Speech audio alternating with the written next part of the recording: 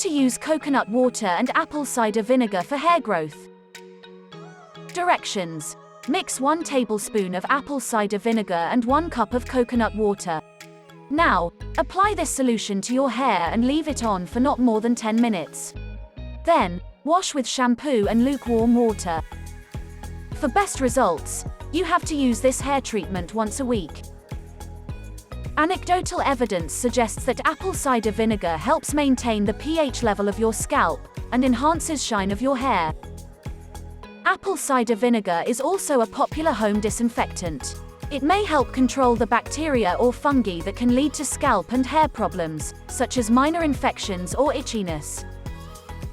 Apple cider vinegar is praised for being rich in vitamins and minerals good for hair, like vitamin C and B.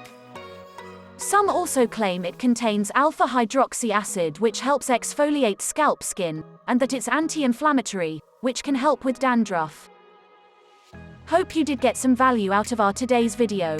If you really did, hit subscribe button, press the bell icon in order to get regular updates from our channel.